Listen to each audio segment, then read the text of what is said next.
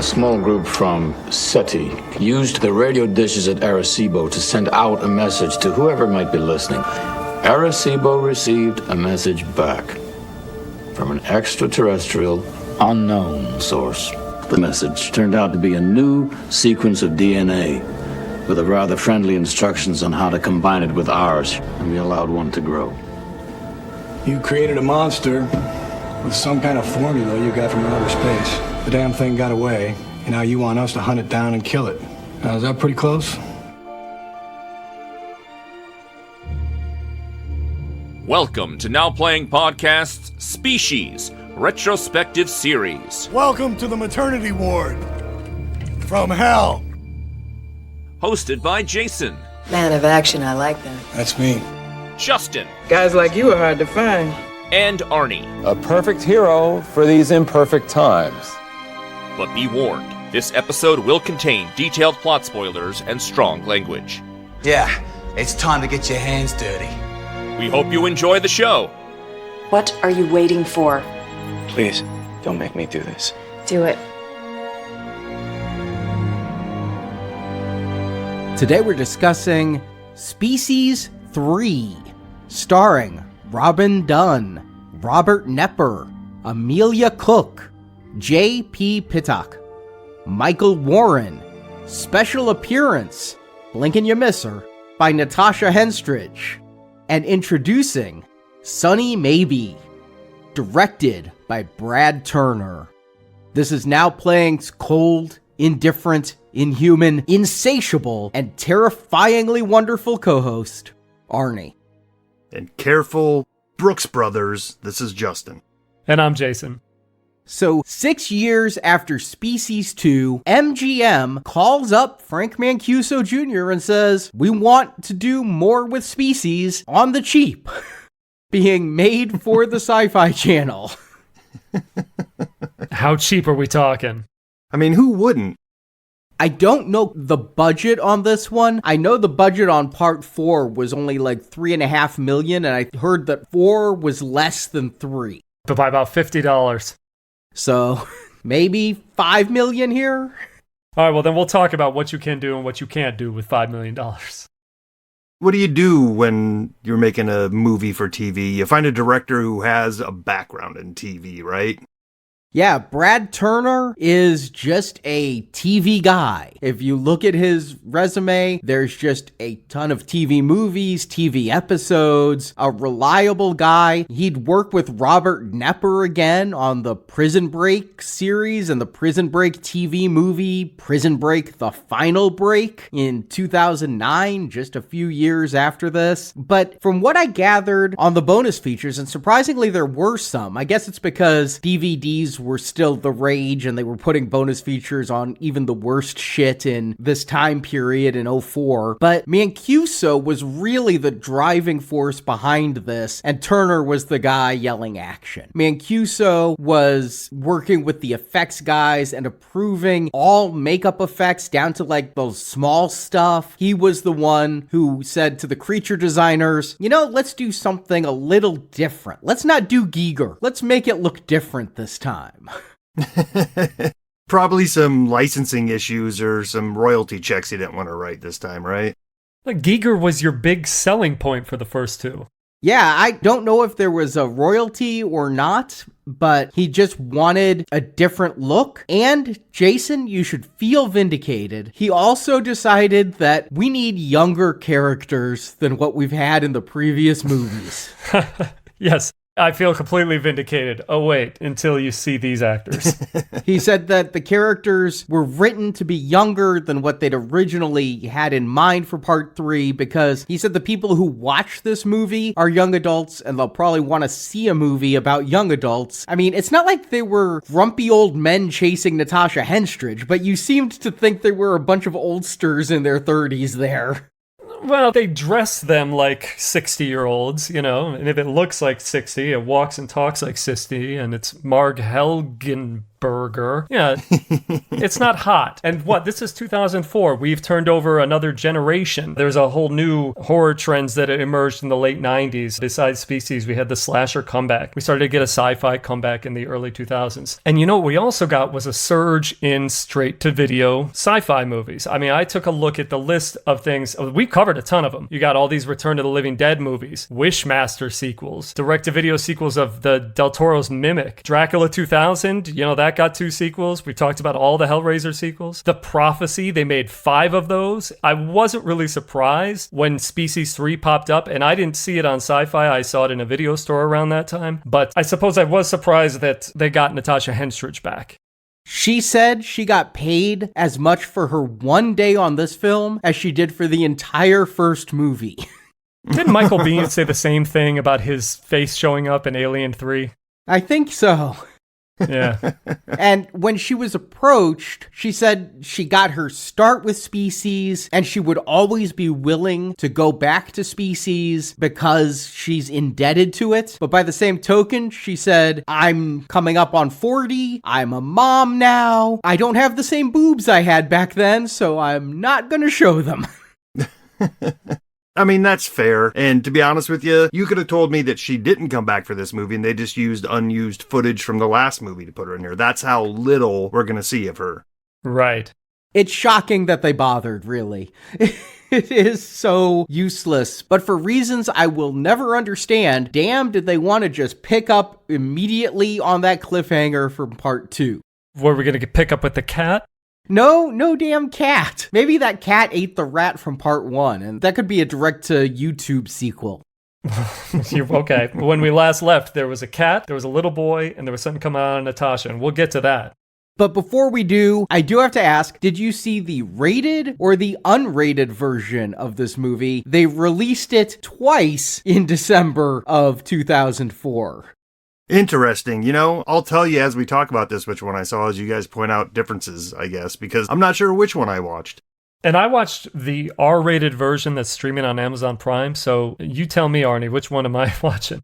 I don't know which one Amazon is streaming. I don't know which one I bought on Apple TV. I ended up going to a physical disc to watch the unrated version, and then I went to moviecensorship.com to see what the differences were. And despite them having like a frame-by-frame analysis, I can't really tell you what the differences are. The unrated is about 50 seconds longer. There's like 2 seconds here, 2 seconds there. Like when we get to the character of Portos, there's 2 seconds longer of him dying. It's not like there's more nudity. It's like at times they'll say, oh, this shot isn't in the R-rated cut and it's a naked woman. But then they say that shot now appears 5 seconds later in the R-rated cut. I'm like, who the hell is tinkering with this shit so mildly that you're just moving these shots around a few seconds at a time? I mean, it's not like Brad Turner didn't get his director's cut or something and these few seconds really mattered to him. Yeah, that's kind of what it sounds like, is somebody didn't want the onus of calling this a director's cut, so they just called it an unrated cut. But yeah, I thought when I heard that there was an unrated and a rated R version, I just automatically assumed that, well, I don't know why rated R would have to do this, but if there was a made-for-TV version, I would assume that had no nudity or edited nudity, and the unrated version had nudity in it. So I assumed I watched unrated, but you're telling me it's up in the air. I could have watched either, and it probably doesn't matter too much. Here's the one difference I found, and it's probably 30 seconds of the 50-second difference. At one point in the movie, the character Dean really stupidly sticks his hand in the fire. It's a dumb move. He's reaching in for a chess piece and goes for the fire. If you see him bandage his hand and run it under cold water, you're watching the unrated version, and if you never see him bandage his hand, you're watching the R-rated version. I'm pretty sure that I got the R-rated version. Put me into unrated camp. You're an unrated? Yep, I saw the bandaging. I'm a better man for it. I saw no bandages, and I took detailed notes, especially for Dean. So, Arnie, we know that Frank Mancuso was called in to keep this series going. He found himself a TV director. What about this writer? As I looked at this guy, and he's got a couple of credits, they don't scream Species to me. Yeah, he was just a writer looking for some work. I couldn't find a whole lot about him, but when I saw he wrote the remake of Flatliners, which, to be fair, I haven't seen, but to be fair, nobody has told me I should, I just didn't get great hopes. But he must be somebody in the sphere of MGM or Mancuso, because he wrote both this and the movie we're going to talk about next week. Ooh. He did write Source Code, which is a movie that I kind of low-key enjoy. I'm not saying it's great cinema or anything, but I thought it was an enjoyable kind of thriller of a movie. And it was a hit. It's what he's known for. It was one of those famous blacklist script things where, like, the best unproduced scripts. Around the time he was doing Species 2, Source Code was on one of those lists of best unproduced films. It looks interesting. Jake Gyllenhaal sent into a time loop of a train explosion. I didn't have time to watch it before this review, but yeah, that looks interesting. And according to his IMDb, he's written the screenplay for the next Justin Lin biodrama, so that could turn into something for him. But it's 20 years past his debut in Species 3. Well, we're going to hop off of one train and see if there's another train in this movie, as we've been seeing the last couple weeks. Arnie, give him the plot on this one. When last we left Eve, here briefly played by Natasha Henstridge, she was giving birth to a new type of alien baby, and near her was one of Patrick's half-alien sons. That boy, named Portis, kills Eve, and then local college biochemistry professor Dr. Abbott, played by Robert Knepper, steals Eve's baby. Sometime later, and I'll never know how much time has passed, Portis is now a dying adult and comes to Abbott and begs him to find a cure for the genetic instability that is killing off all of Patrick's alien hybrid children. That's right, at the end of part 2, we thought just one had slipped through Laura, Lennox, and Gamble's fingers, but there are dozens, hundreds more of Patrick's children out there, but they're dying of allergies. They're not dying of sickle cell anemia? They got the hay fever. Abbott thinks the cure for the half-breeds lies with Eve's baby girl, who quickly matures into a beautiful adult named Sarah, played by Sunny Mabry. With limited resources, Abbott recruits discouraged grad student Dean, played by Robin Dunn, whose fusion reactor research just lost funding. In exchange for help with alien experiments and body disposal, Abbott offers Dean partnership in their scientific finds. Dean joins Abbott in trying to genetically engineer a stable alien species. Abbott harvests Sarah's eggs to continue his work, but then Abbott is killed in confrontation with another hybrid. Meanwhile, Dean's roommate Hastings meets an alluring woman online named Amelia, played by Emilia Cook. Amelia claims to be into intelligent biochemists. In reality, she's another hybrid searching for a cure. Catfished. After Hastings unwittingly shares Dean's research, Amelia arrives on campus, kidnaps Hastings, and forces him to continue Abbott's work. Dean is intercepted by government agent Wasatch, who wants to stop the alien threat without causing public panic. Together, they track down Amelia and rescue Hastings, stealing Sarah's eggs in the process. They take the eggs to Dean's former fusion reactor facility and destroy them. During the climax, Amelia attacks Dean, but falls into the reactor, while Sarah, having developed a conscience, saves Dean. In the aftermath, Dean completes Abbott's experiment and creates a genetically perfect mate for Sarah, but makes him sterile to prevent reproduction. Sarah leaves peacefully with her new partner, while Dean and Hastings return to their college lives, and credits roll. And right off the bat, what we get is a voiceover over our opening credits. A woman talking about alien sightings and alien visitation, alien signals, trying to figure out how this ties into the previous species as she's talking over stock footage of nuclear blasts. And I thought this whole series was based on alien DNA that had been sent to us from, galaxies away. Yeah, this conspiracy theorist is saying it was the atomic bomb that let aliens know we're here and ready. No, it was SETI, right? We sent out our DNA and our coordinates and everything. However, I can chalk this up to being a conspiracy theorist. I don't know how you would put this together, but this voiceover, this radio person talking, is actually in the movie later on. I did put that together. Yep. Okay, so we all followed it then, because it's like when we meet this lady later on, it's like, oh, that's the lady that was on the Art Bell show earlier in the movie.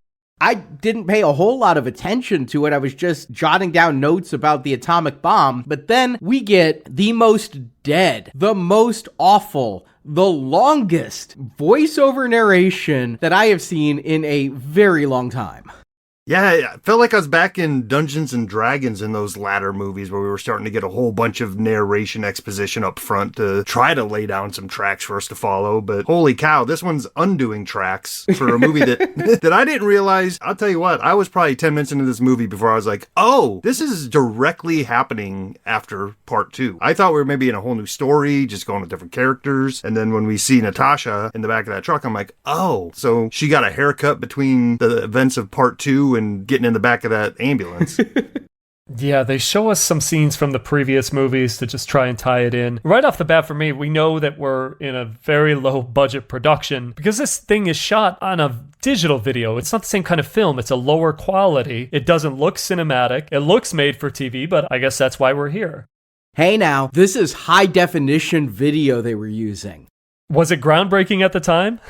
It was something at the time. It was cheap looking at the time. It didn't look theatrical.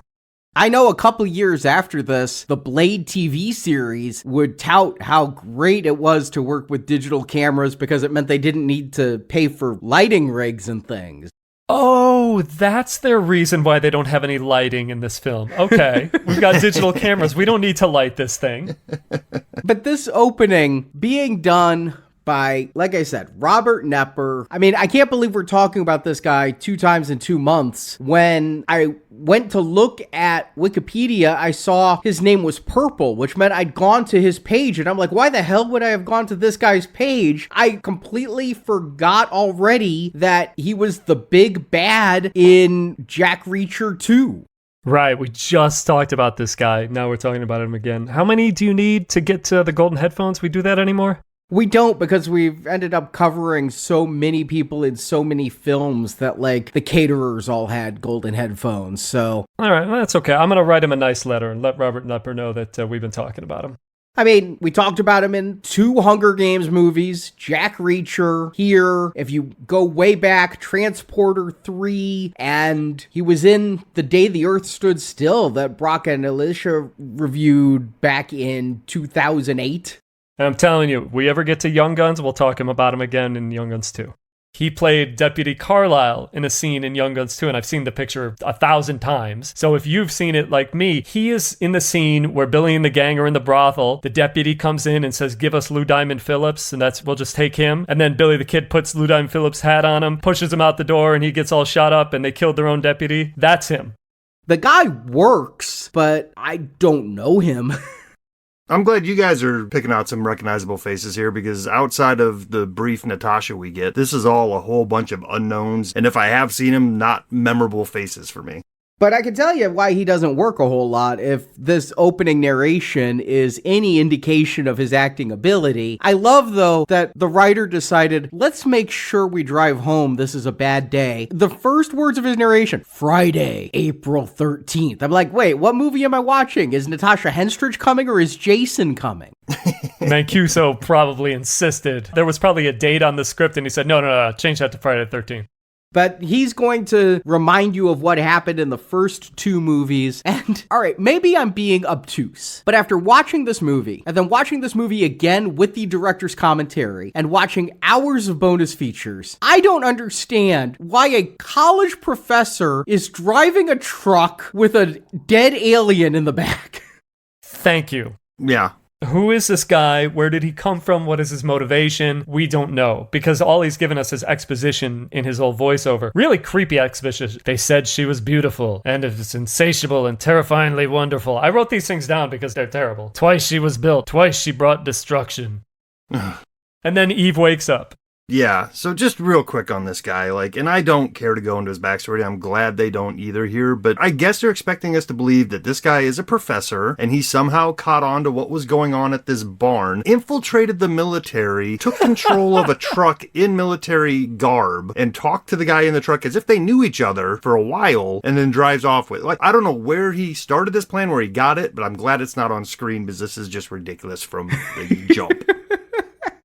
Yeah, I just thought these guys were the drivers, maybe ambulance drivers. I don't even know what this truck is. Well, it's military. Yeah, the passenger's definitely an army guy. And then they're driving, and in the window that separates the cab of the truck from the back, pops the little kid from the end of the last one, his face in a big, ooh, jump scare moment. And again, I might be being obtuse, but did you guys catch how the passenger got killed? I was like, did the driver shoot him? Did the kid do it? The kid did it. He had a gun pulled on him as he was about to call something in, and the professor wasn't going to let him do it, but the kid's tongue does break through that little window and kill the guy. Yeah, because Abbott has a gun pointed at the passenger, so I wasn't sure who killed him. Yeah. Can we talk about, did nobody know that this kid was in the backseat to begin with? Only the cat knew, and the cat isn't here to tell. Meanwhile, Eve has given birth.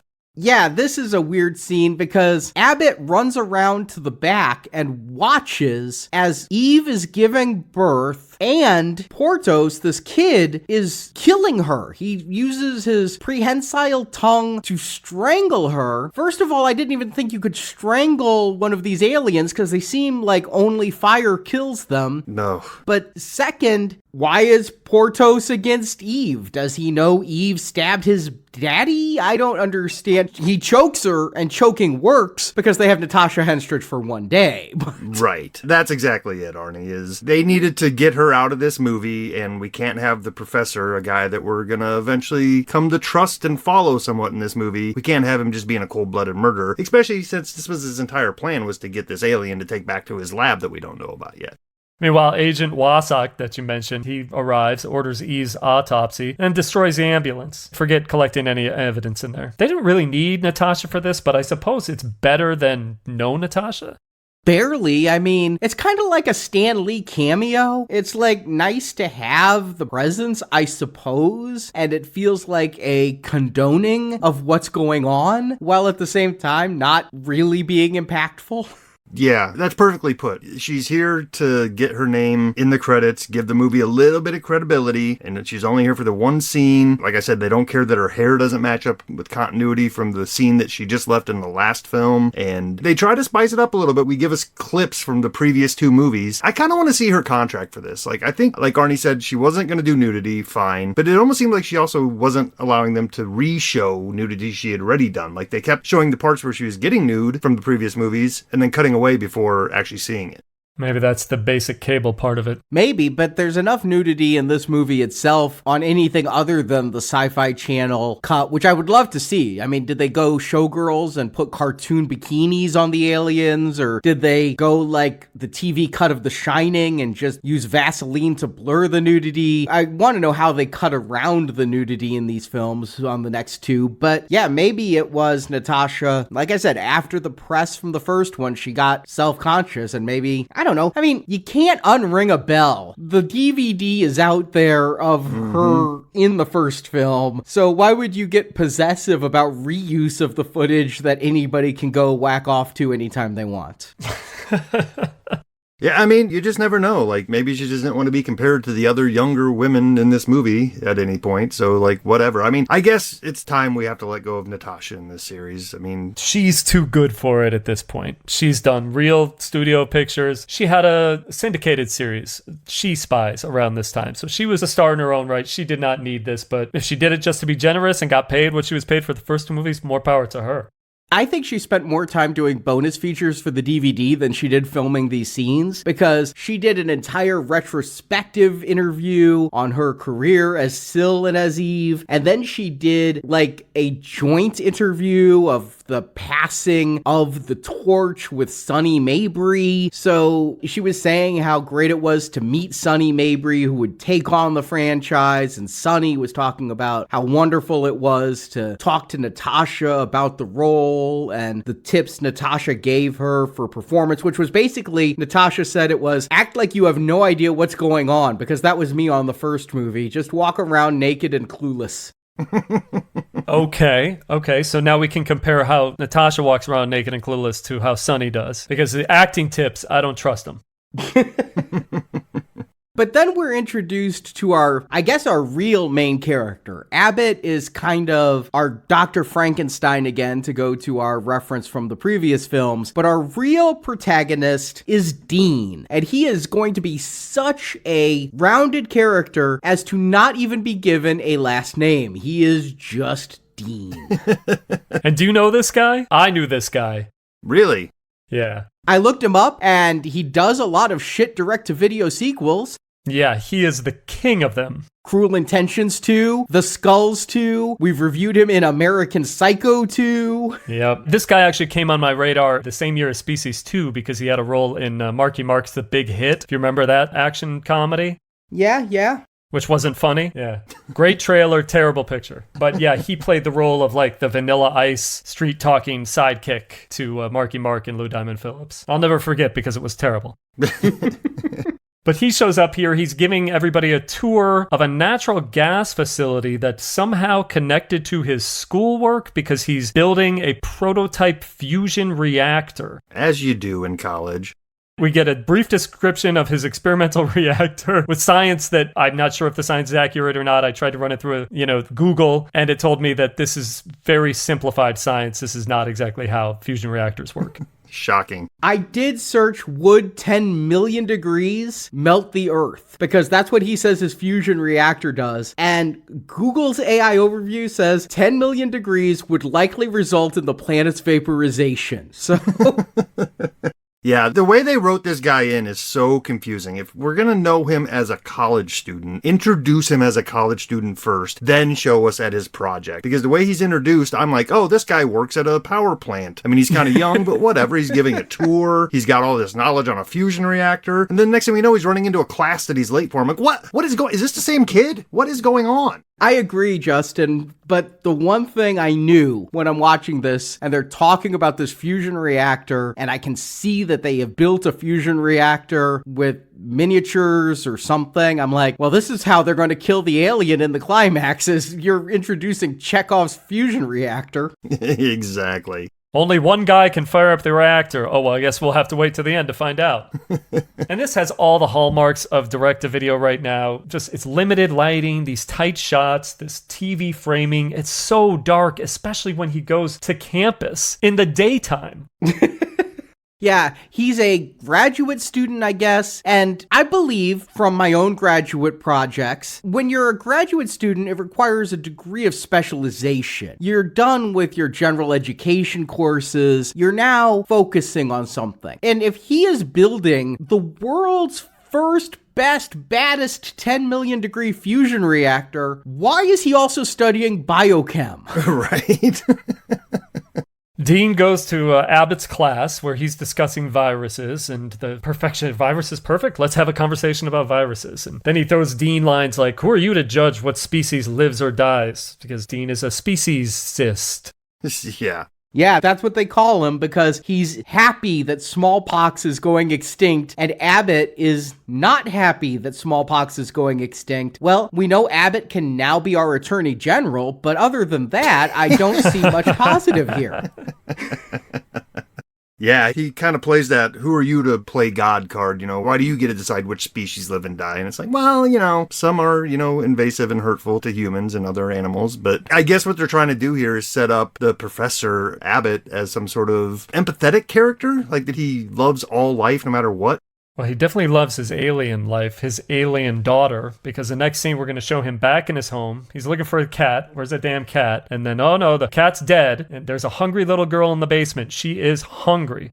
Yeah, she wants Red Lobster for the seafood lover in you. I love how there's advertisements right in the middle of this movie. Red Lobster, Sara Lee. If you were wondering, are these paid product placements? The answer is yes, absolutely. And director Brad Turner was partially shocked that they would want to sponsor a Species movie, but then said, but we're making them look good. The alien likes Red Lobster and Sara Lee pie. Was there a Red Lobster tie-in, Arnie? Could we have gone to Red Lobster in 2004 and gotten a special commemorative shrimp bucket? It wasn't smart business decisions that caused Red Lobster to go bankrupt, but it might have been sponsoring Species 3 that played a part. Somewhere in their books, Species 3 is written down, and I want to see it. I want to see it. Somewhere in the last 20-something years, Red Lobster's books has Species 3 in there.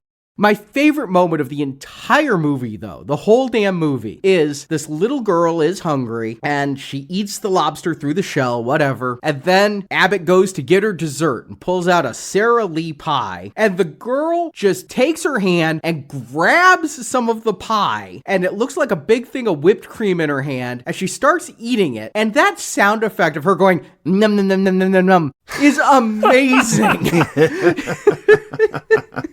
Kid's got an attitude, too. Every parent's worst nightmare. The whole eating thing here is weird for sure. She's eating lobster like Daryl Hannah and Splash, like she's eating the shell and all with the crunches. So yeah, this is where she picks out. In the first movie, we had SIL, right? S-I-L. That stood for something, and I can't really remember at this point, right? It never stood for anything, but they tried to make it fit something, and it didn't. So they just said it was the 3-letter acronym given to her fertilized egg. Yep. And then Eve, that definitely stood for something. And now just Sarah. Not even Sara Lee, just Sarah, but she saw it on a pie box. Hey, nobody doesn't like Sara Lee. So we're going to root for her. And I thought, it's been a long time since I've seen Splash, but what I was going back to is how Sil, when she stole that banana on the train car, ate the banana, peel and all, and now we have Sarah eating the lobster tail and all. But you're right, more people have probably seen Splash than have seen Species 1, let alone Species 3. I guess they're all fish out of water stories. And I guess lobster's better for you than raw cat, so she's making progress. Abbott tells her that she can't leave the house. She has to stay here because the outside world is too dangerous. He tells her that she's the 3rd generation of something very special, and then explains to us, the audience, because this kid's not going to understand, how she was created. And he thinks there's a message inside her. He doesn't know that the other little kid is still running around. But he's going to show up. Portis is going to show up on Abbott's doorstep looking like a bad makeup effect with some pus running down his cheek and these perfect aliens, these indestructible machines, these things that can take bullets and can take dismemberment and regrow their limbs. Well, I guess Patrick was a bad baby daddy because all the half-breeds are dying from the old War of the Worlds trope of Earth viruses are killing them. I do think he mentions allergies. Mm-hmm. Yeah, or maybe he was a doper. Well, Abbott's solution to this is to inject him with antihistamines. Basically gives him a shot of Benadryl and just blows him up. He just starts oozing pus out of his face and his mouth. Yeah, he dies a good death. Yeah, it'll be a while before I eat yogurt or pudding again, but yeah, it was pretty grotesque.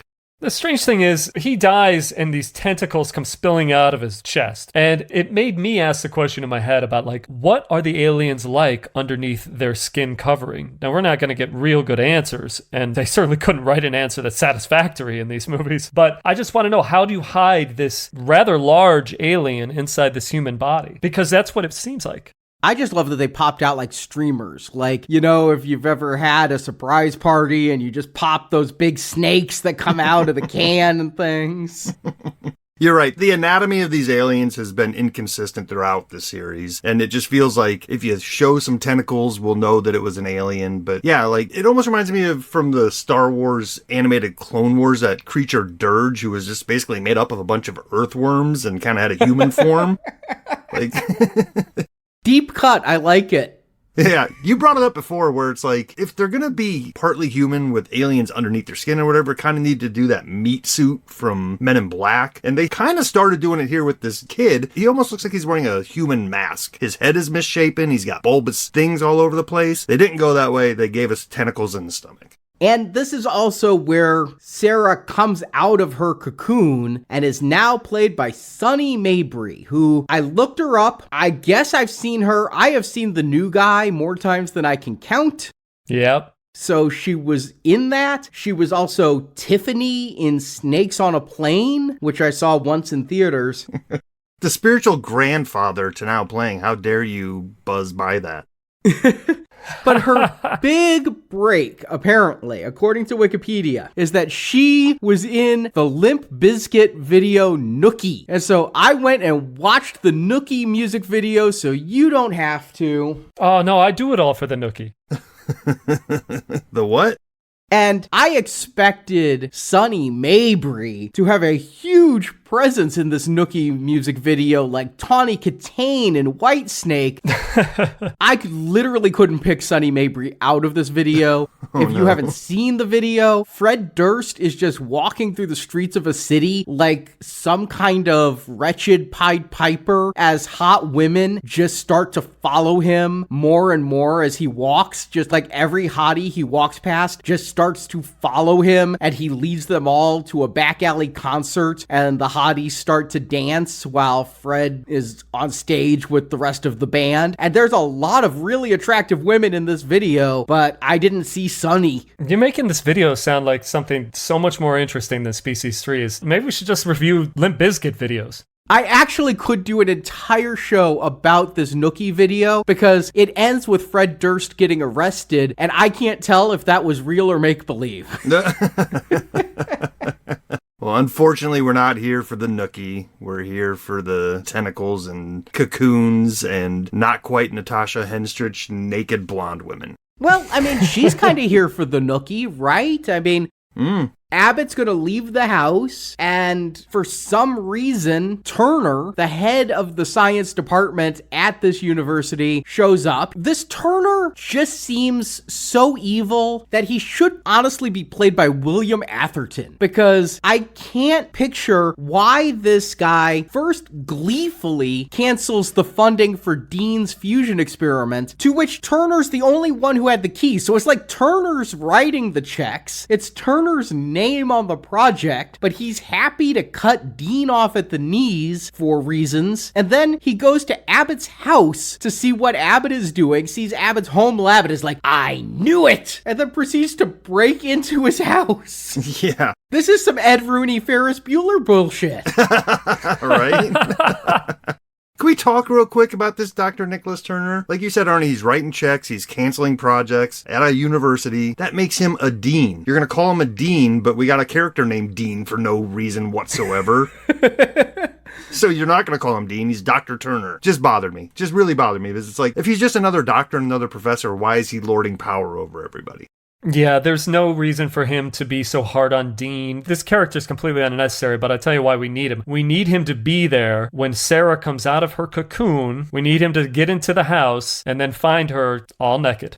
Yep, we need another no means no situation to show us and remind us of the previous movies. This is the craziest thing. However, I do like this because it reminds me a little bit of Alfred Molina in the first one, coming to his hotel room and just finding Natasha Henstridge ready to go. And this Turner is like, am I asleep? Am I awake? Who the hell cares?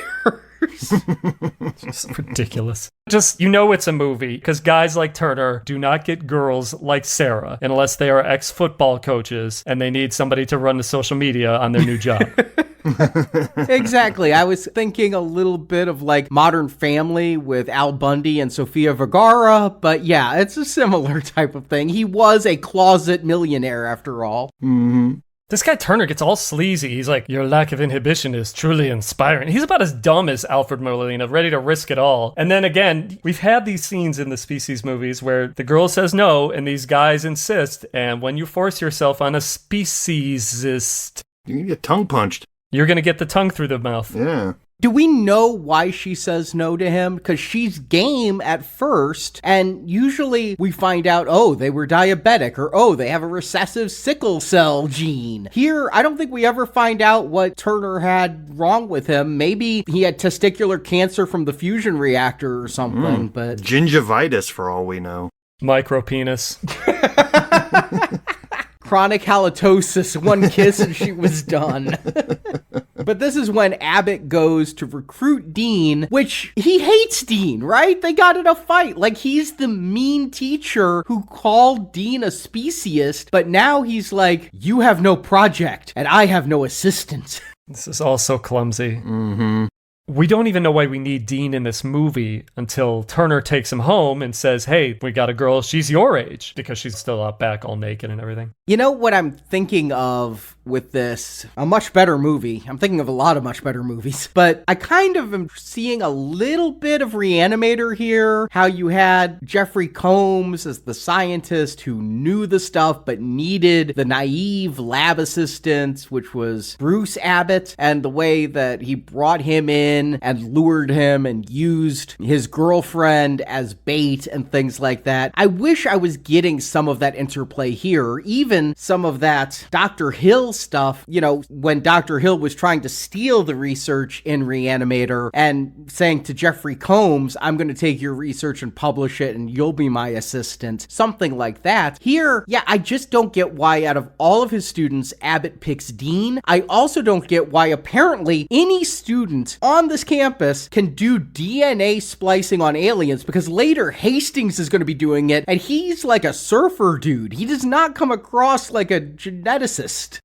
I got a few things to say about Hastings when we get to him, but yeah. Abbott wants to engineer a disease-resistant alien species. He wants to remove the diseased human DNA, mate a pure strain of Portis DNA. I wrote all this down while Dean was poking at the Portis body with a fire poker. By the way, the tentacles were still moving in that scene. I noticed that, and I couldn't tell if that meant that Portis was still a little alive or if gravity was settling in. I thought he had said he wanted to use Sarah's DNA to cure the half-breeds, and that's why he secretly harvested Sarah's eggs. It's incredibly confusing. But Abbott is in for hiding bodies and doing research in exchange for shared credit. Yeah, that's right. Dean is like, I want shared credit because Turner has the access to the power plant or something in the name of science. That was a quote too. Oh boy. Yeah, accessory to murder. Can we talk about the burial scene, the Portis burial scene, when they just kind of kick his body over the shoreline into the swamp? He can't be more than like a foot off the shore. Yeah, any decent detective or forensic investigator is going to find his body immediately. It's not hidden. And if all the little creatures take a bite out of it, aren't they going to become infected with alien DNA? This is all so stupid already, and we're only, 35 minutes into the film? A whole swamp of creatures. All I could think of was the TV show Nip Tuck. If you've ever watched it, the first couple seasons were great, and a couple of plastic surgeons were forced by a mobster to get rid of a body. And so they went to the Florida swamps. They were, I think, Miami-based. So they drove into the Everglades. Yep. And strapped hams onto the body and put them in the swamp so that the gators would come for the ham and eat the body. And this led me to wondering, where is this movie taking place? We know the last movie took place around DC, and Abbott was driving around DC, but at the end of the movie, Wasich is going to say to Dean, you can come around to DC after graduation if you need a job. So that makes me think this isn't in DC. They're still in the area. I think they're in Maryland. Well, I looked at, there's one scene where Dean pulls up to the house. His car has a Virginia license plate on it. Oh, yeah, that's still the area as well. Oh, okay. So I guess there are swamps in D.C. that aren't just in Congress. Okay. D.C. is famously built on a swamp, honestly, so that's kind of accurate. But Sarah is allowed to go. I mean, Abbott's going to say, this is your home, not a prison. Go out. He just said you can't leave. And so she's going to go to a frat party. And of course, there's a lot of eligible genetic material at a frat party. Yeah, by the way, I was looking at the little town, the main street that she walks through, and they got a movie theater marquee. Did you notice Jeepers Creepers advertised on there? I did. I have an obsession with movie marquees and other movies. And so I looked up, I saw Jeepers Creepers, but there's also a movie called Gumdrop Annie starring Danielle Reynosa and Pocket Kings starring Todd Cummings. And neither of those are real movies. And I couldn't even find those actor or actresses' names on IMDb. So I think maybe friends of the director? Possibly. I love this backlot, though, where the movie theater is. Half the action of the movie is going to take place on that backlot. Yeah. But yeah, at the frat party, she throws some guys around, and one guy asks for the tongue. You don't want the tongue. Is the tongue the thing now? Is this associated with Species? Mm-hmm. Sticking the tongue through the back of a person. I guess that's a Species gimmick now. They're going to have to do this in every movie. Yeah, this is the thing they think we want, right? Maybe we is the wrong term. The person that is actually sitting here watching Species 3 in 2004 because they were excited to hear that it was coming out. Maybe that's what they want. They want the tongue punch. I just don't know why she doesn't get laid at this party, because there's got to be somebody at this campus who would be decent genetics. I mean, Natasha Henstridge wasn't all that picky. Just don't be diabetic, don't be sickle celly, and you're fine. Come on in. I mean, John Kerry was good, Whip Hubley in that first film. Yeah, I'm really surprised that the frat party didn't become a bloodbath, but apparently it was just to set up that we're still on a college campus area. Yeah, surely they couldn't afford it. And the kindly shopkeeper is going to befriend Sarah, but she doesn't look all right. Colleen, we find out the woman's name. This is the woman who gave us the voiceover. Yeah, I didn't catch that, but she talks about being an alien conspiracy theory, saying Roswell is real, and she knows how to defend herself against alien abduction, not realizing, haha, isn't this a knee slapper? You've got an alien right next to you. And then they're at a train crossing. This is really funny to me. Sarah jumps out of the car to chase the train. There's a half-breed on the train that she can sense, Yosef, and Sarah falls nowhere near the train. She doesn't fall for any reason that I can tell. She's not trying to grab the train or anything, but when Colleen comes up, Sarah's now missing an arm. I guess somehow that arm got under the train wheel. Such a clunky scene. Don't worry, it'll grow back. Yeah, what do you think about this? They're finally getting some special effects, right? We're getting to see what CGI in a TV movie in 2004 looks like, and I gotta be honest, it doesn't look much better than the head growing back in part 2. But yet it does look better than the head growing back in part 2. Not much better, but better. And this is a TV movie being done, 6 years later. It's amazing how far computer effects have come. I'm not saying these are photoreal. I'm not saying these are good, but they're better than what we'd seen so far. By the way, we get this guy on the train staring at her. We know the guy must be something because the camera lingers on him for more than 2 seconds. Did any of you think that he might be another alien? He is an alien. No, but did you guys, when you were watching it at first? Yeah, his eyes are purplish pink, aren't they? Right off the bat? Yeah, his are red and hers go blue. The half-breeds get red eyes and her eyes go blue. I guess I didn't pick that up. All right. At least he was weird enough looking that I was like, oh, this guy is an alien. And they showed him he had a whole bag full of prescription pills, taking handfuls of those. I think they set it up enough that I was like, oh, this is another half-breed dying of allergy season.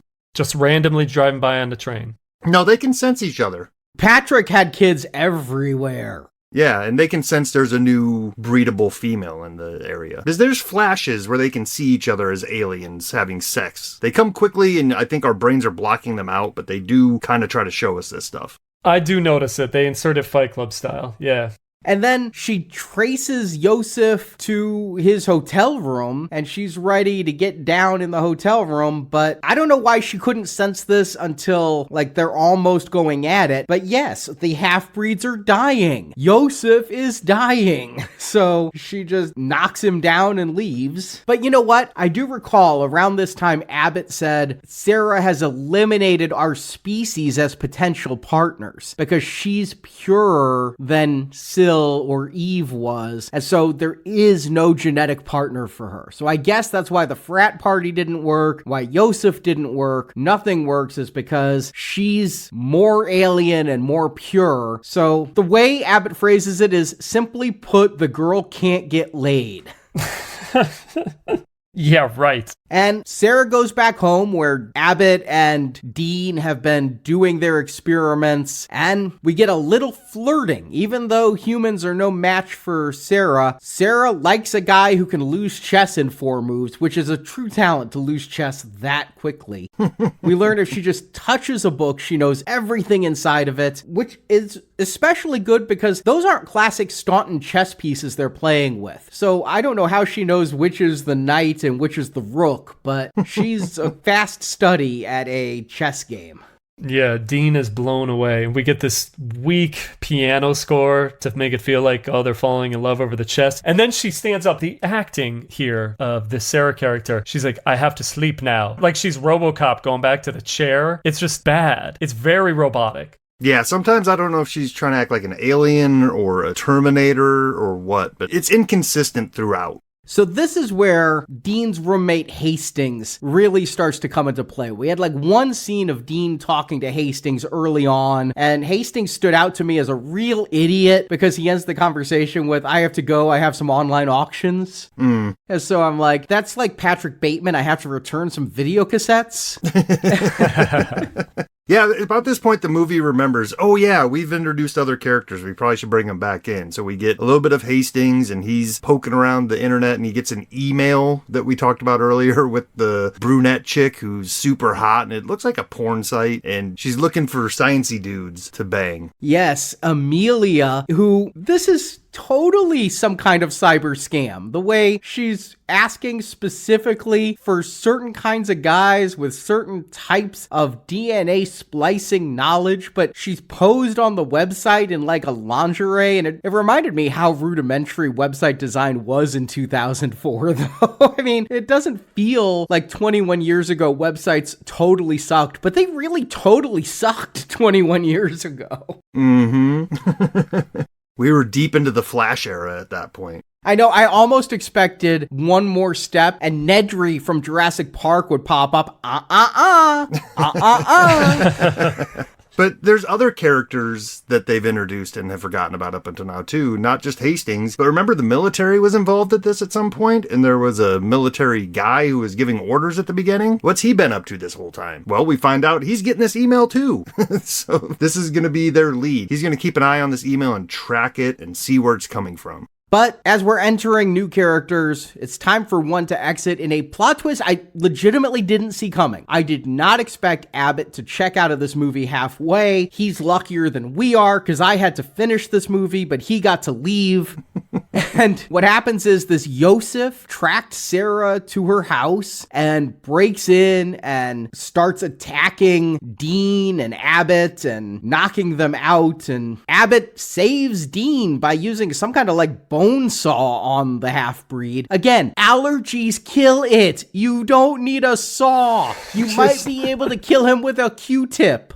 Sneeze on this guy. Can we talk about this suit here? Because we're not in Giger territory anymore. This suit looks like a leftover from a Buffy episode. It literally looks like the season 2 Fishman suit from Buffy. It's bad. These are really, really bad suits in this movie. The CGI may look bad, Justin, but it's rare when the practical effects look worse. And here, these are some really dumb-looking suits. And this is supposed to be an action scene for us. It's completely flat. The camera's not really giving us anything. There's no score to give us any impact. It's so dull. But Abbott eventually gets a tentacle through the chest before the other alien dies. Yeah, he gets tossed around a bit, but yeah, he gets hit right in the heart, so looks like there's no coming back for him, and partially expecting him to maybe injected himself with some alien DNA or something, so maybe he'd be part of this, but no, he's just up out of this movie. Yeah, I didn't even think about that. That would have been a twist that I could see coming. But here, he's stabbed through the heart, but he's going to be around to give his dying declaration. Do it, Dean. Create the new species. Dead. And, I mentioned Jurassic Park. Credit where due. The writer of this film has also seen Jurassic Park because Dean is going to talk to Sarah and say, just because we can do something doesn't mean we should. I wrote Jurassic Park next to that in my notes because Dean wants to end the experiment. They've got all these eggs, by the way, saved up in like a thermos. We're going to be following that thermos through the rest of the movie. This other alien followed them to the lab because it was tracking Sarah. Yeah. Why did it want to kill Sarah? Did it still want to hook up with Sarah? Was it just jealous? Yeah, it was being rapey. No, it wanted to rape her. At one point, somebody yells he's raping her. He's got this penis-like protrusion that's going at her before Dean and Abbott come in and save the day. Which we saw that same thing happen in the last movie. And we saw it happen to Whip Hubley in the first movie. But what we didn't see happen in any of the previous movies is a fucking Viking funeral. Where Dean is going to take Abbott back to that swamp and put him on a raft and light him on fire with gasoline. Oh no, and it explodes into a big ball of flames. This is terrible. Using ammonium nitrate and chloric acid, hopes the professor would approve. Are you sure you can't just bury the body in the backyard? Why do they keep taking these things to the swamp? The swamp's full of bodies. What did they do with the other alien's body? They didn't show us what they did with that, but they showed us what they did with Abbott. But Dean decides he's not going to do the project, and we get this because he goes back to the lab and turns off the monitors. Good to save on that power. Why didn't you just have the auto turn off feature on for those monitors so you didn't have to go around and turn them off one by one? I think I can explain a little bit, Abbott, why he gets taken out early. They don't bring him back. It's because we want the young people. That's what's going to bring in the crowds. Young, hot people. And by the way, we got like hot Sarah here. I'm going to give some props to this guy Hastings. He comes off like a total tool and he's kind of goofy looking. And then the next scene, dude like rips off his shirt. Dude is ripped. I was like, damn. So you got a little something for everybody.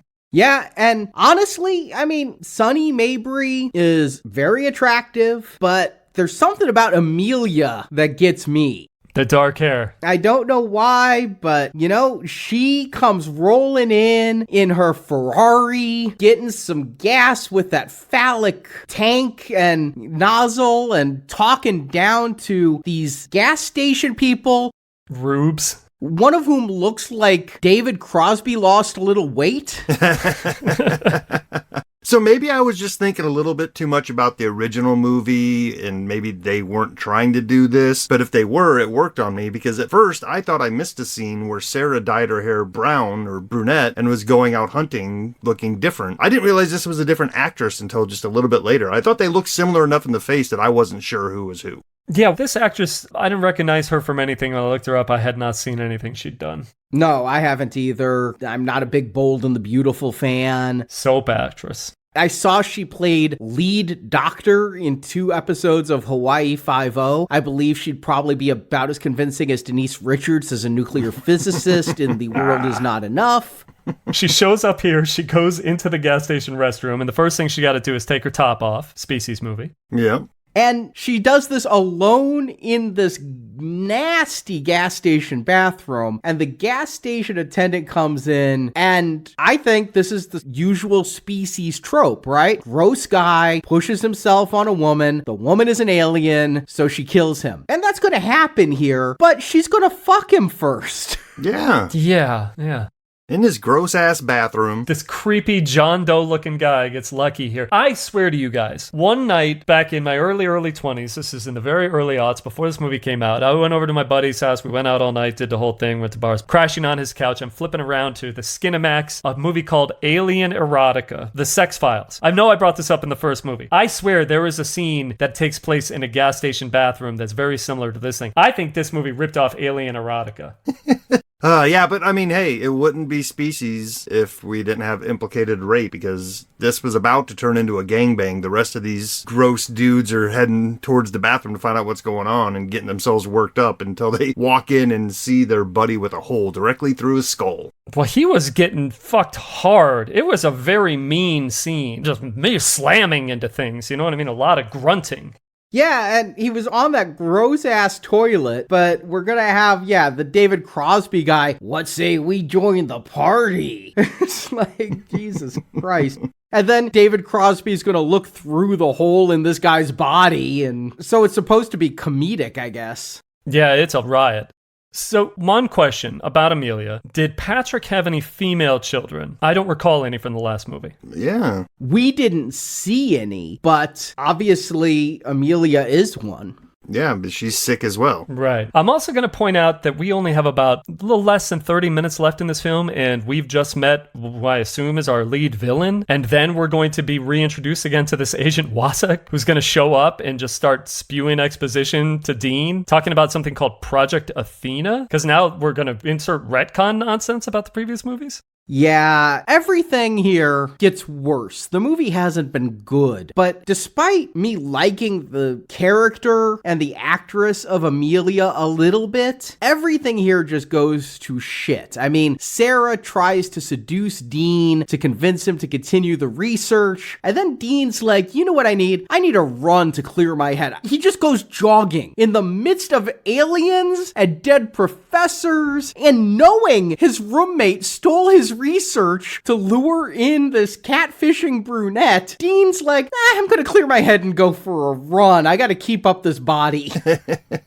Priorities, man, priorities. And Amelia goes after Hastings, and now she has a bad rash on her shoulder and things. We didn't see any of that during the sex scene, did we? She just looked hot in that gross bathroom, but now her skin is starting to break down, and she kills a random co-ed, which is really not what we've been seeing from these hybrids, is wanton assault and murder. Yeah, that makes no sense. It's like a lot of things. The thing that most stands out to me at this point in the movie is I'm really starting to feel the low budgetness, right? They're in this completely uninhabited dorm room. Dean and his roommate are the only two people on this floor. Amelia comes looking. She's chasing him and running through the hallway. She goes down to another floor and happens to have one person come out of a room. I've never seen a dorm that bereft of people in my life, and it's really starting to feel like they're filming on a closed college campus or over the summer. I don't know what college this is, but they got big dorms too, by the way. I don't know if you noticed that. That is a big room that they share. My college dorm was tiny, enough to fit 2 twin beds. Yeah, I had to do bunks in my first dorm room. Like, our rooms were so small, there wasn't room for 2 beds. But yeah, Hastings, the himbo, is just as good as Dean. So Amelia kidnaps him and takes him to Abbott's lab, and Hastings is able to start working on the eggs. Dude has never used any of Abbott's equipment. What does he know? Right? And he's got the needle and the egg and everything. Like, how would he even begin to know what to do, yet alone how to turn on the equipment? By the way, Amelia is definitely more appealing in many ways more than Sarah. She's here for, like I said, the last half hour, not even the full half hour. But the actress is giving us more than Sarah's given us this whole picture. Yeah, but any attraction I had to Amelia is gone when she throws up vanilla pudding in the sink. And it's obviously some kind of pudding that she's regurgitating here. Yeah, plus she's still got that rash. Yeah, it's supposed to be pussy, but it's gross either way. We get the sad piano music, tells us we don't have very, very long, so Hastings better hurry up. And he wants to inject DNA directly into some other stuff. It's very confusing. I don't know what he's trying to do here. He's created an alien embryo after just a few hours of being exposed to this experiment for the first time. Yeah, this is almost the footage that we saw in the very beginning of the first movie. This is how they originally created Syl. We got to see a microscopic shot of a needle going into an embryo, and that's how this whole thing started. Oh, I wish Ben Kingsley were here.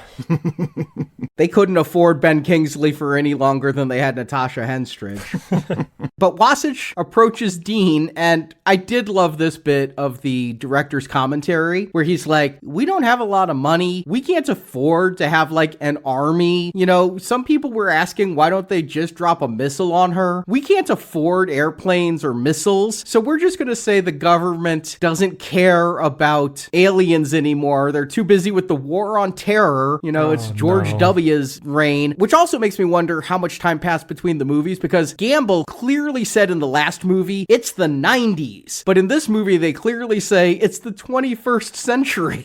I did make a note here at the very beginning scene. Abbott says to that other military guy, the one who's killed by child porters, he says, "Would you just get back from Iraq?" And I thought to myself, okay, yeah, I know where we are now and what time in history. But Wasich is going to fire a gas bomb into this lab, and Hastings can grab our MacGuffin thermos of alien eggs. He's got my eggs! That's an actual line. He's got my eggs! Get those. Those are expensive. Don't let those eggs go to waste. And just like I knew it would, where do Wasich, Dean, and Hastings run to? The Ashland Power Plant facility where we have our fusion reactor.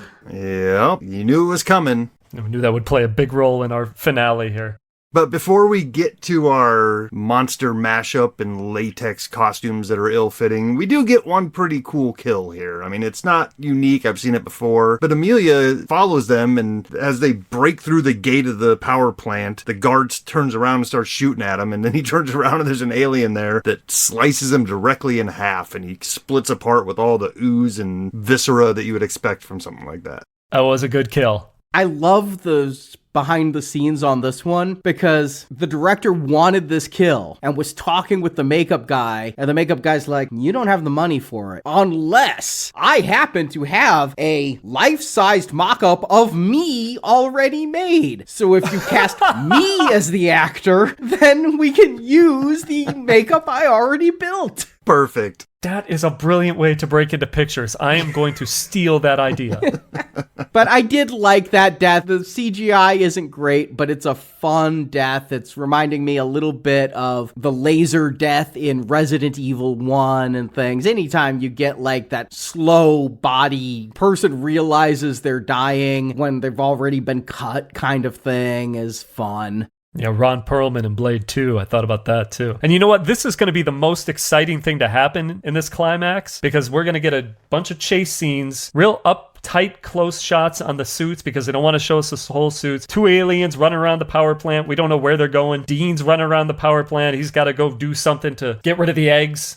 And he goes into air vents. I think, this whole series has tried to be Alien, so I'm like, is this like the Tom Skerritt moment of going through the vents and being attacked? And is Dean on a suicide mission because he has a remote control for the fusion reactor and he stole Turner's badge, so he was able to fire up the fusion reactor? But here is where the rubber suits hit the road because Sarah is supposed to be conflicted between wanting her eggs and wanting to propagate her species, but also wanting to protect Dean from Amelia. But because these rubber suits have no face articulation, all I get is like a cocked head, and there's no articulation or anything that can sell a performance out of this.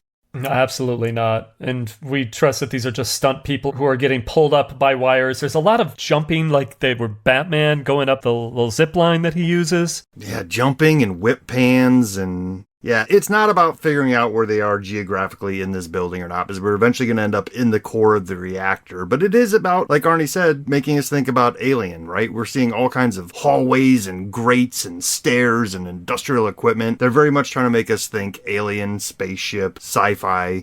They're trying to make us think Jedi at the end here, because Amelia is killed by Sarah, tosses her into the shaft like she's the Emperor, and then Sarah goes down in there too, or so we think. And I love the reactor going off. Dean closes the reactor door just in time, and then they shake the camera to make it seem like something's happening. It's like the old 60s Star Trek effects. Star Trek, yep. They're following around and all that.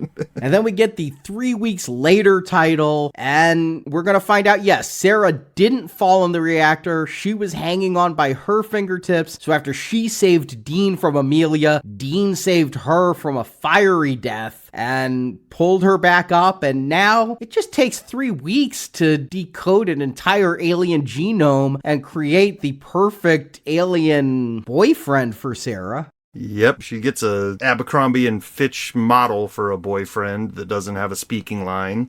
And really, should anyone in this movie have had a speaking line? That's the real question. Dean says he fixed the damaged DNA to make that baby boy for Sarah and sends her and her hunky boy alien son on the way. He said he tweaked the chromosomes, which is so easy to do. I'll show you guys after we finish recording the tweak chromosomes. Right on. I have a few questions. I'm close, but yeah, I wasn't quite there yet. They walk off along the 1902 bridge. They really put that 1902 in frame, and I thought to myself, does that mean anything to anybody? The director said that he did that to fuck with people and make them wonder what this 1902 means, or maybe whoever does the sequel could pick up on this 1902. Oh, Jesus Christ. What were you, Andy Kaufman? It's not all about you. God. I do like that Hastings, of all people, is like, you've just killed the human race. And Dean's like, not if I made him sterile. Like, you can have a boyfriend who's not me, but you ain't gonna have a baby daddy unless it's me. But Sarah wants a baby. Aww. And wouldn't Sarah smell that on him? I mean, can't they smell infertility? Yeah, right? You would think. Infertility doesn't give off the same scent as sickle cell anemia. But then they walk off into the sunset like it's the end of an Incredible Hulk episode. Yes. So, Justin, dare you recommend Species 3? Jason. We know Species 3 is a direct-to-video movie. I don't expect much beyond the core tenets of a Species film, sex and violence. I mean, how do you blow it when that's literally your formula and that's all you have to deliver? I will say this, for your low-budget movie, every dollar is on screen, so you can see they barely had any dollars to work with here. I know that low-budget, straight-to-video, straight-to-streaming, or straight-to-cable, it's got a bad reputation, but we have seen quality straight-to-tape stuff before. And I always will go to those Death Race prequels that Now Playing reviewed last year as symbols of quality when it comes to a straight-to-streaming kind of film. This movie, there's no excuse for making a movie that's this damn dull. Okay, from the story to a lack of scares, it just limps along. There's no tension, there's no action. The sex and the violence, there's a little bit, but it's like checking a boxes. There's barely any of it. It is the kind of slow, talky, direct-to-video throwaway film that is the bottom tier of sci-fi channel sequels. The scenes here, they play out their awkward silence, mismatched music cues. Alien suits are terrible, so they're mostly hidden in the tight shots. The screenplay, with these half-hearted attempts at creating continuity between the films. We really didn't talk about the Project Athena thing, but that was supposed to mean something. Apparently, that was the name of the projects from the first two Species movies. The plot is confusing. It's stacked with nonsensical science. It is not just bad, it's boring. I cannot forgive boring, so it is a red arrow. Justin. Yeah, I mean, what more can I add to that? We're here in the third installment of Species. And so what I've learned up to this point is whatever is the Species franchise, there's some boxes to check. And they do that here. They have hot blonde chick that's naked quite a bit. They have gratuitous kills. They have alien sex. They have a chase. But everything here is lesser than the first two movies. And as Jason said, that's probably a budgetary constraint and all that. But the question then comes up, why are we doing this? I mean, sure, it's a name, and lest we forget, they were able to get Natasha back for a little bit on this. So I can see why the people who are behind the scenes would think, yeah, why not? And unfortunately, that's the way this whole production comes off, is a, yeah, why not type of thing. We've got the people, we've got the story, we've got some money, let's do it. But does it offer anything new? Does it expand the lore of what this Species trilogy so far has been doing? No, it just does the same things again. It rehashes everything we know about these things, and maybe it raises some more questions. Like, we're now wondering what the aliens are under these skin, but does it matter? In the end, no, it really doesn't. It's not fun enough or cheap enough or corny enough to get a brown arrow, and the only thing that's here for you, if for some reason you have a fetish for establishing shots of a red house with a station wagon pulling in, this movie has you covered. It's a beautiful craftsman. There's at least 7 shots of establishing this red house with the station wagon pulling in. So I don't know what was going on there, but they used every bit of footage they had of it. The house was on the market. They really wanted to move it. It's got a lab in the basement. Yeah, this was a bad idea. I'm not happy to have sat through it, and I only fear for our future because there is one more. So this one is getting a dreaded red arrow from me. You know, there's one line in Species 3 that hit home for me. Most people don't see it, or don't want to see it. Tagline. Wise words. Heed them. Don't see Species 3. It's a half-hearted rerun of the previous films, only now filmed with what looks like pocket change and a flashlight with dying batteries. The iconic H.R. Giger-inspired designs are gone, replaced with rubbery Spirit Halloween store monsters that look like rejected Power Rangers villains. And as far as alien threats, apparently Patrick's hybrid offspring are dying of seasonal allergies, and nothing says galactic menace like being taken out by pollen. Sarah, our new alien seductress, has a conscience which neuters the entire franchise's sexy killer alien appeal. Natasha Henstridge brought lethal allure. Sonny Mabry looks mostly confused and uncomfortable, like someone showed up at that frat party thinking it was a job interview. And the worst part, even the nudity in this film is depressing. This film tries to be sexy the way ramen tries to be gourmet. It's fast, it's cheap, and for some reason it's strangely damp. Extra salty. Sarah and Amelia are neither seductive nor scary, just murdery and bored. To be fair, barely. It's not that much worse than Species 2. Oh, come on. Now, I know it looks like it was shot in a basement and edited with garden shears, but at least the cast shows faint traces of a pulse, which is more than I can say for the walking 2x4 that was Patrick. Fair points. And while Dean and Hastings are brainless clowns, they're only marginally dumber than Gamble and Madsen's hungover performances last time. Fair. So is it way worse than Species 2? No. Is it any better? Also no. And that's more than enough reason to stay the hell away. Amen. But you know, after this movie, Amelia Cook and Sonny Mabry continued working together, not on screen, but by attending sci-fi cons together. Ooh. Did you run into them?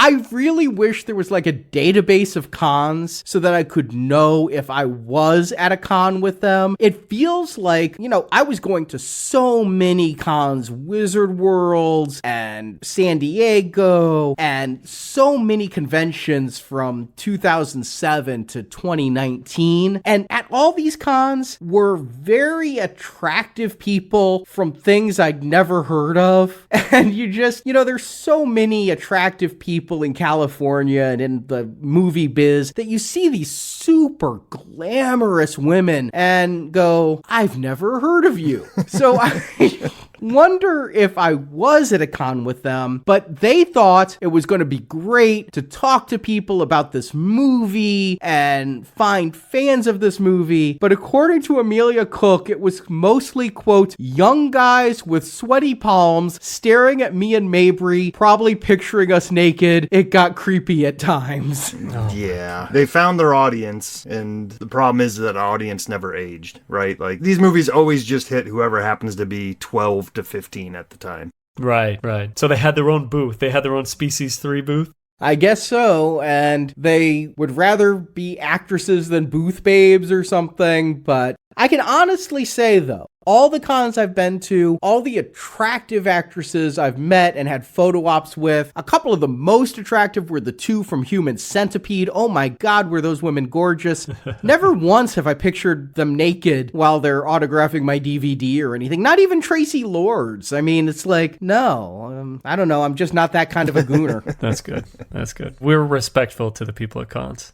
And we're not done. There is one more made-for-sci-fi movie. Came 3 years later. Somebody looked at this one and went, sure, why not? It must have put up big numbers on the Sci-Fi Channel. Oh, they've got Long John Silver's money in this next one. We talked about Red Lobster's poor money spending, but how does Sci-Fi stay afloat with this kind of expenditure? They have a whole library of these movies. And this Friday, for our silver level donors and patrons, we still love that you support Now Playing, so we still know what you did last summer. This one I'm excited. I'm so excited for the sequel to I Know What You Did Last Summer. I'm still stuck on how they didn't call it I Know What You Did the Summer Before Last. But then here we are all these years later, it would start to get kind of wonky in the naming. Yeah, I do think it was 2 summers ago. I do think this takes place like a year after the previous film. I haven't seen it in a while. Technically, yes, you're right. It is 2 summers from the incident in the first movie. So the incident in the first movie, then they go next summer, and now this is the summer after last summer, still regarding the incidents of the previous summer. But I have seen this sequel a lot. I watched it a ton on VHS in the late 90s, and it's got some hitters in there that you're going to recognize. Jack Black's in that movie, and Jeffrey Combs, and Brandy. Mekhi Phifer comes in there as support. Bill Cobbs. Yeah, Bill Cobbs, who was also in Oz the Great and Powerful for our gold level donation. So you could join us for I Still Know What You Did Last Summer this Friday. Donation of $10 or more. Find the details at nowplayingpodcast.com/donate. And Justin, Jason, thank you for joining me. And now it's probably the spoiled Sarah Lee, but it stinks in here. I'm going outside. It's all over, everyone. Tomorrow you can go back to your lives. Congratulations on a job well done. Thank you for listening to this Now Playing Podcast movie review. Moments like these don't happen every day. We hope you enjoyed the show. Oh, I enjoyed that immensely.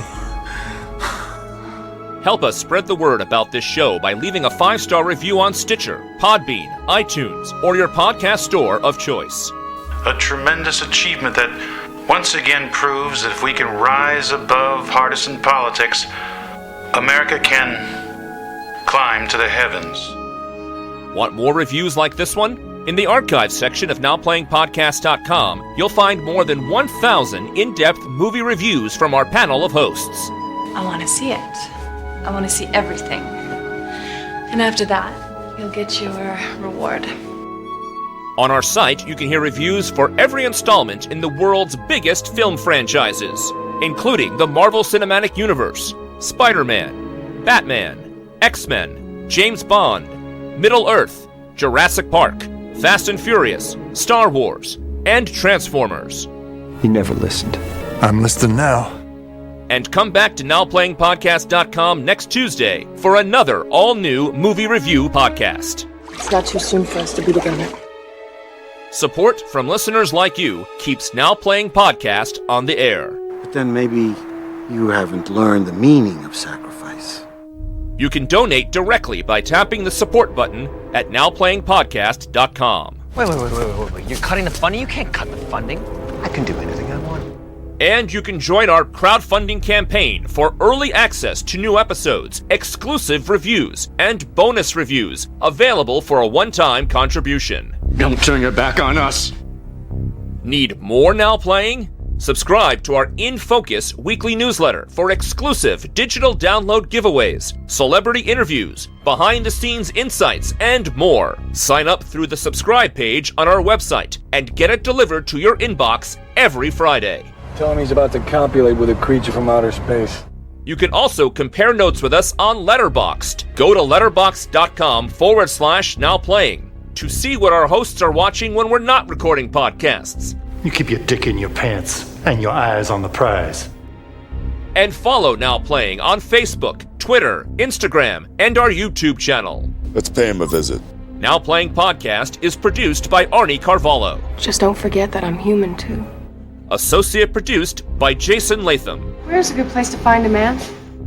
Now Playing is edited by Heath, Santiago, and Arnie. Thank you, Mr. President. Credit goes to my crew. The opinions expressed in this podcast are those of the individual hosts and may not reflect the views of Venganza Media Incorporated. Hasn't anyone ever told you that size doesn't matter?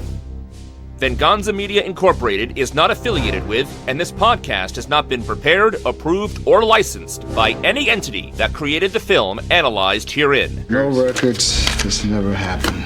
Burn the body now. All movie clips and music included in this podcast are the intellectual property of their respective copyright holders. They are included here for the purpose of review, and no infringement is intended. What about protection?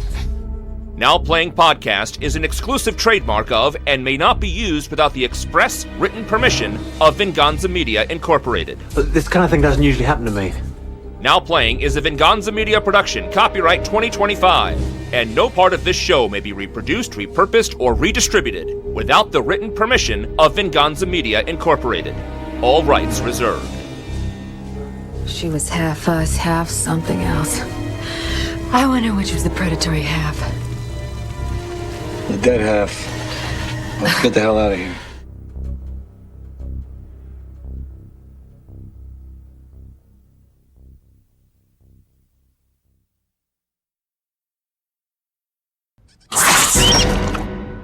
I swear to you guys, one night back in my early 20s, this is in the very early aughts, before this movie came out, I went over to my buddy's house, we went out all night, did the whole thing, went to bars, crashing on his couch, I'm flipping around to the Skinamax, a movie called Alien Erotica, The Sex Files. I know I brought this up in the first movie. I swear there is a scene that takes place in a gas station bathroom that's very similar to this thing. I think this movie ripped off Alien Erotica. Jason, I'm so glad that's where that story went. When you started, I was like, oh no, are we about to get a confession we don't need? No confession. We're just watching movies late at night. Mekhi Phifer comes in there as support. Bill Cobbs. I'm just naming off all the people that I recognize. I thought you were going to say Bill Cosby. I was like, what? That's where I thought. Yeah, he's the guy with the hook.